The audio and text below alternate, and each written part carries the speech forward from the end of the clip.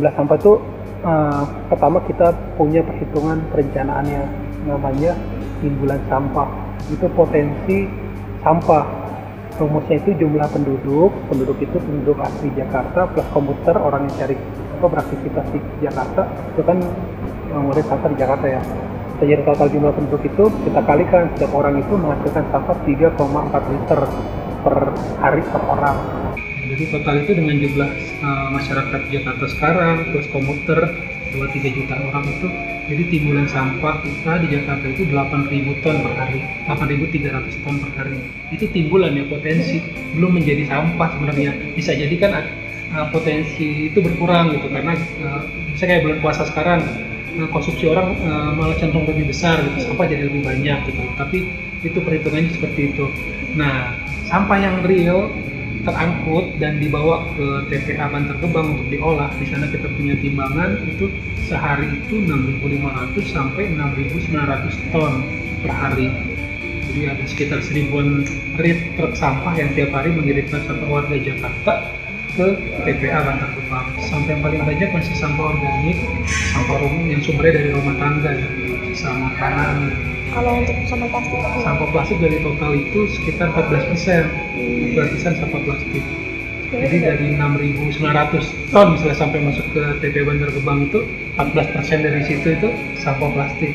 Volume atau berat sampah dari yang ditimbulkan dari kresek dari total 14% tadi itu sedikit sebenarnya, lebih banyak ke kemasan plastik lainnya.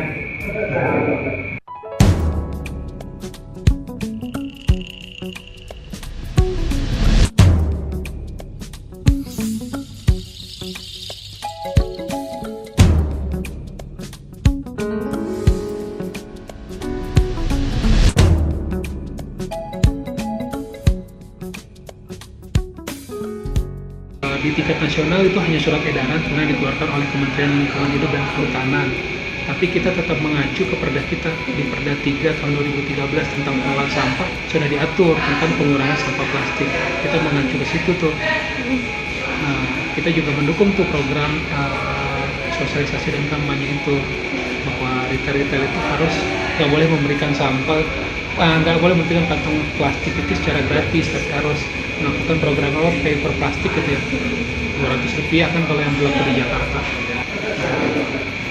Untuk itu kita sudah melakukan kampanye diet kantong plastik, kemudian kampanye pengurangan sampah plastik, terus jangan malu bawa tumbler, tempat makan, tempat minum plastik ke sekolah, ke kantor gitu.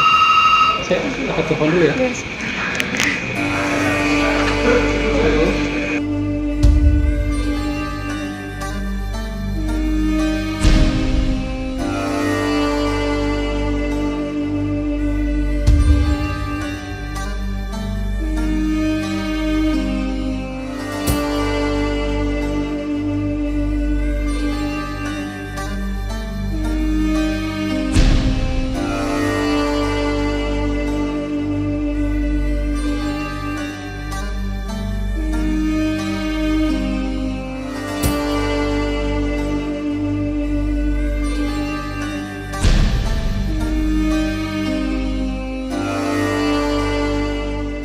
Kalau saya sih nggak setuju ya, masalahnya kalau kita harus kemana-mana bawa plastik sendiri.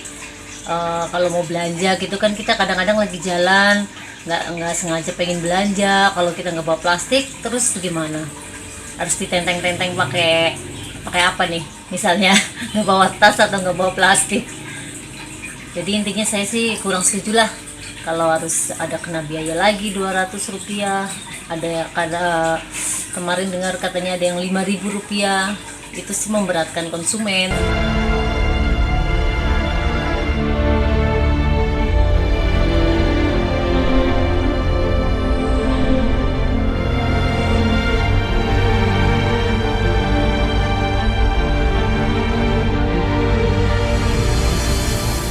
Sebulan itu paling enggak kita bisa 20 ton.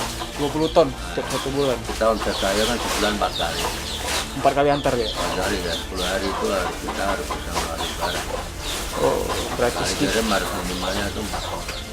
Kalau untuk limbah ini ya, untuk limbah ini kayaknya kalau untuk orang kayaknya susah. Semua orang ini kan punya sampah. Tinggal sadar nggak orang itu.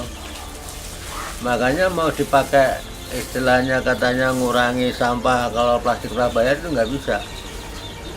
Sekarang kalau untuk bungkus makanan apa aja tuh semua hampir pakai plastik. Benar nggak itu? Iya.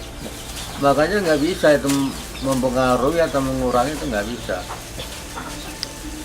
Makanya pemerintah pun ngadain plastik berbayar itu nggak ada artinya. Nggak ada artinya, nggak ada solusinya. Solusinya itu nggak tepat itu.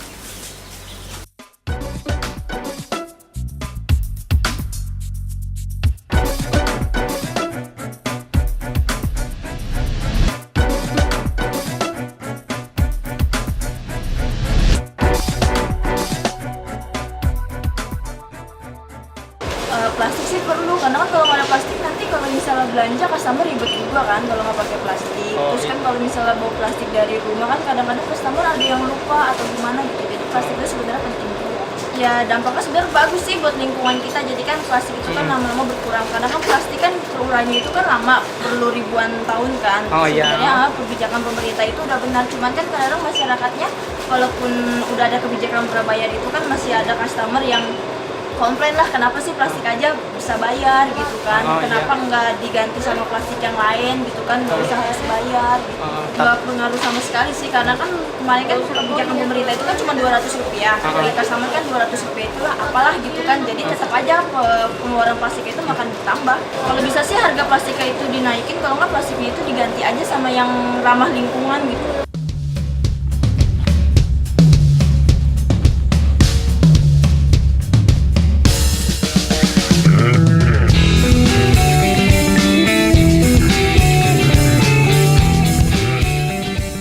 Pasti efektif ya orang, karena pasti akan mikir ketika dia belanja kok harus bayar Rp200 gitu kan, yang jadi terpacu mereka untuk bawa tempat belanja yang bisa digunakan ulang gitu, atau bawa keranjang belanja kayak nenek ibu kita dulu gitu. Kita melakukan penjualan langsung ke masyarakat gitu, TK-TK kita ajarkan tuh bawa tempat makan, tempat minum di rumah itu keren gitu. Terus kita juga menggunakan sosial media gitu,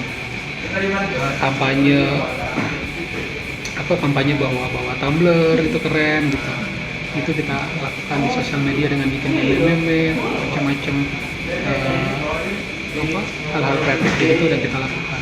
Ya kita harus bijak dalam pengelolaan sampah. Pertama bijak dalam konsumsi. Ketika kita mau belanja, kita pikirkan dulu itu akan habis kita konsumsi atau enggak gitu.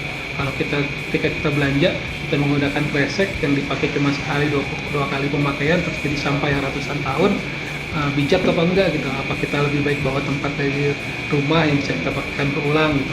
Hal-hal yang kayak gitu tuh, mulai bijak dari situ dan letakkan sampah pada tempatnya, berani menegur orang yang membuang sampah sembarangan, kemudian pilah sampah dari rumah gitu. Sampah organik sesama sampah organik, sampah organik sesama sampah organik, nanti akan lebih mudah untuk didaur ulang selanjutnya.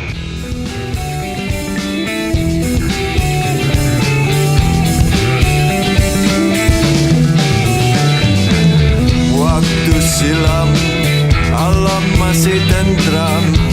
Di atas gunung banyak burung, di pinggir pantai bening dan permai, di tengah laut ikan menyambut. Dagang orang bawa barang dibungkus dengan